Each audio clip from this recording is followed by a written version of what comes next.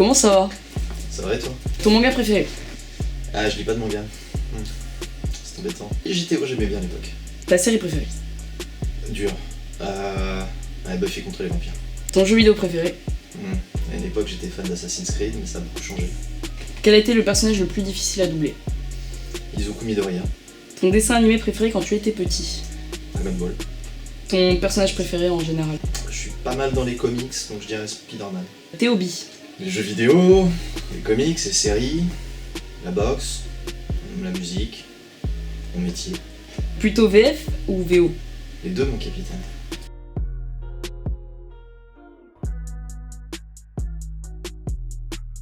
Bienvenue sur ce putain de canapé. Aujourd'hui, on se retrouve pour une nouvelle interview en compagnie de Bastien Bourlet. Salut. Hey, dis donc la mioche, mets-la un peu en veilleuse, sinon je t'éclate. Ça, c'est envoyé. Serre bien les fesses Et hurle de toute ton âme.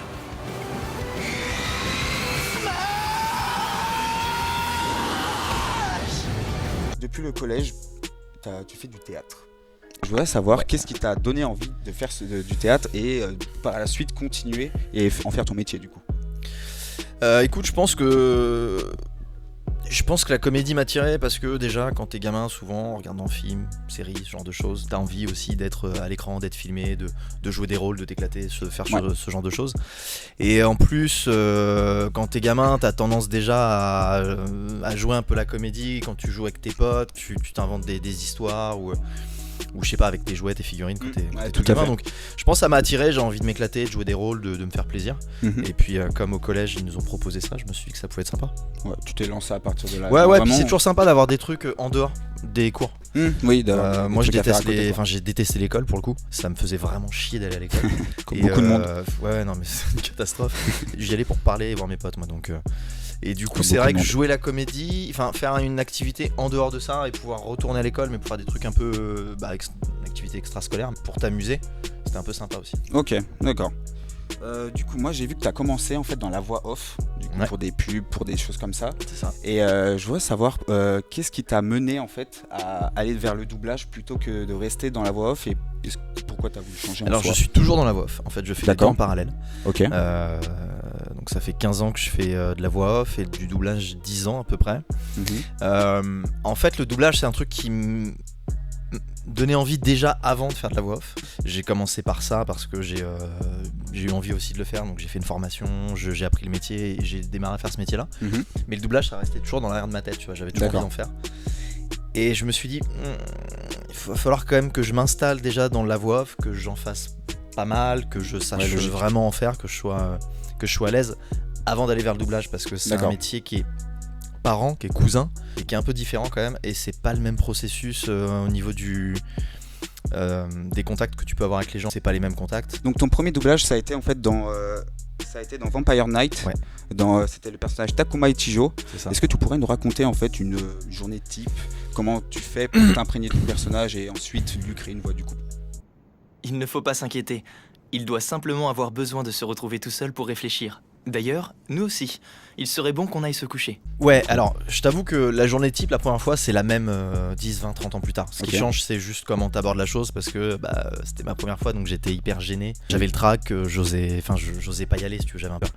Aujourd'hui, je suis évidemment plus à l'aise.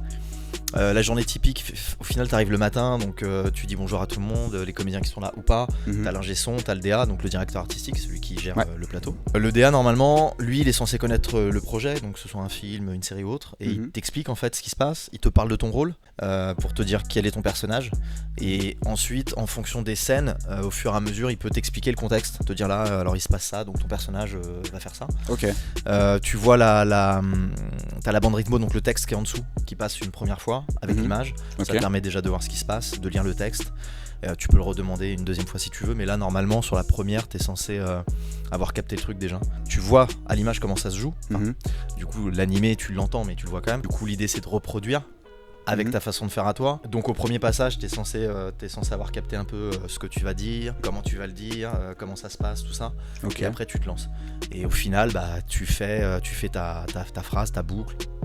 Si c'est pas bon ou si c'est pas comme le veut le DA, tu reprends jusqu'à ce que ce soit bien et puis tu enchaînes comme ça en fait. C'est pas justement compliqué vu que tu me dis que tu vois ça une première fois et tu dois t'adapter, c'est pas justement compliqué de faire ça du one shot entre guillemets? Bah c'est le doublage, c'est pas facile, c'est une technique. En fait, il faut à tout prix être comédien quoi qu'il arrive, c'est un métier de comédien. Ouais.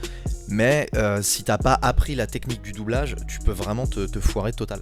Parce que la complication effectivement c'est de lire une bande qui défile, et la bande elle défile à une bonne vitesse, tu vois, elle défile en temps réel, donc t'as intérêt à savoir lire, t'as intérêt à bien savoir lire, à bien capter.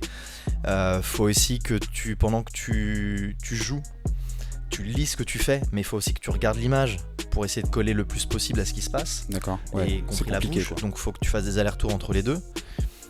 Faut que tu joues, faut que tu te souviennes de ce qui a été fait avant pour essayer de reproduire le jeu du comédien original. Donc ouais, c'est pas facile, c'est une technique. Et au début, j'ai vraiment galéré. Et quand tu commences, normalement, t'as vraiment du mal. Et au fur et à mesure, comme toutes les techniques, comme tous les métiers, tu t'améliores, t'apprends, et puis t'apprends aussi en regardant les autres. Tu as fait du coup des pubs, des animés, tout ça. Mais est-ce que la façon d'enregistrer est différente entre différents montages, tout ça? Entre voix off, doublage ou dans tout? Tout, en général. Ouais, alors voix off, généralement, t'as un casque sur les oreilles, ce que tu n'as pas dans le doublage. Ok. T'as le retour direct de ta voix, donc tu t'entends pendant que tu le fais. D'accord. T'as une barre devant un mic, enfin, t'as ta barre, t'as ton micro, tu te places debout devant la barre. Après, en termes de jeu, le jeu sur un animé n'a rien à voir avec un jeu sur ce qu'on appelle un live, donc quand il y a des vrais comédiens, c'est pas du dessin animé. Ouais. Ça a rien à voir. Et même le jeu entre animé et dessin animé est différent parce que l'animé déjà c'est donc l'origine c'est du japonais, le jeu japonais n'a rien à voir avec le jeu français. Et les codes, la culture de l'animé c'est quand même très différent de ce qu'on peut voir dans un Disney ou un Pixar par exemple. Ouais, faut s'y adapter du coup. Voilà, et du coup c'est pas la même façon de faire, donc c'est pas la même façon de jouer. D'accord. Donc ça a rien à voir. Et la voix off c'est pas du...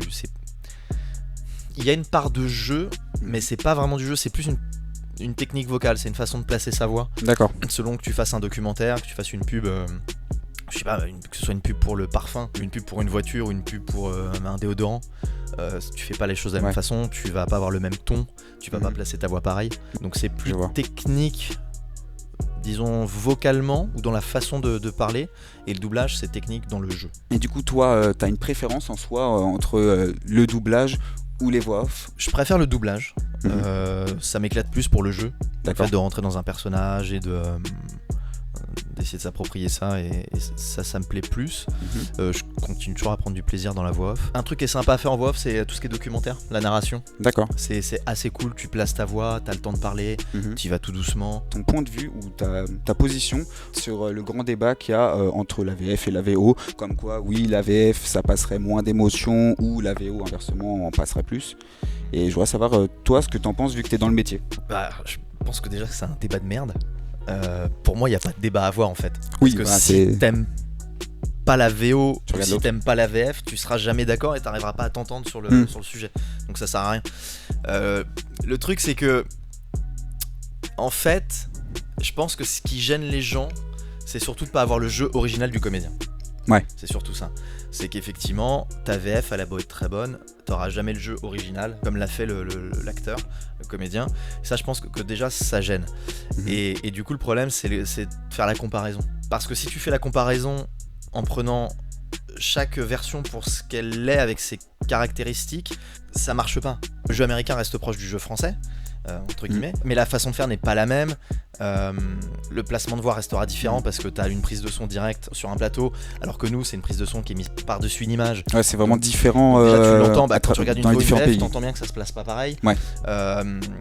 Et puis après t'as aussi tout ce qui est adaptation de texte. Alors faut bien comprendre que on a une traduction littérale, la traduction littérale est adaptée pour que ça colle au labial, donc les lèvres, les mouvements de bouche, ce qui veut dire que parfois on est obligé de l'adapter de sorte à ce que oui, c'est différent de ce qui a été prévu au niveau du texte original, mais ça passe mieux soit dans notre langue, soit dans la tournure de la phrase. Pour moi le débat, il devrait pas avoir lieu parce que je pense qu'on peut aimer les deux, parce que souvent ce débat c'est la VF c'est de la merde. Ouais, souvent c'est ça. La VF c'est très bien. Et donc pas besoin de regarder en VO, tu vois.